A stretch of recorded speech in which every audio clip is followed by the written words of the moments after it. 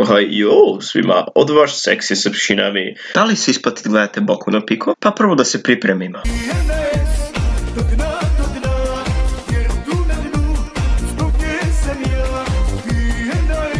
Sad ste spremni, samo napred.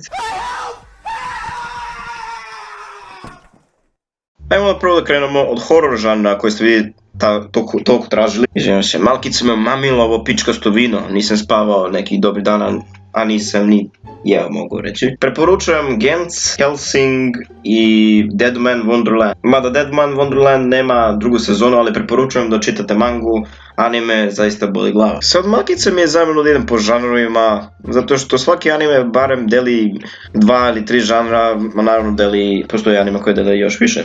Anime serije koje bi isto predložio jesu Monster koji nisam pogledao, ali svi mi predlažu, to ću definitivno pogledam i isto vama predlažem da pogledate. Isto anime seriju koju bi zaista predložio da gledate jeste Trigun, Kekai Sensen, Noragami isto možete pogledati, isto je ekstra anime. Još 2 anime ako bi vam ja preporučio jesu Angel Beats i Clannad. To su solidne anime serije koje bi vam ja preporučio da gledate. Svakako to je to od klipa, izvijem se ako je užasno kratak, ja bih ga proveo sam nekih 2 sata na streamovanju, nisam ne očekivao da ću se toliko zadržati, mislio sam da će biti nekih 3 gledalca, ono bilo dobrih 14-15 u jednom trenutku. Zaista hvala vam što na lepom provedenom vremenu i planiram da pravim još takve live-ove. Samo jedan problem, ne znam uprilike kada u kom vremenu ću da pravim live. Hvala vam što ste gledali i mi se vidimo u sljedećem klipu.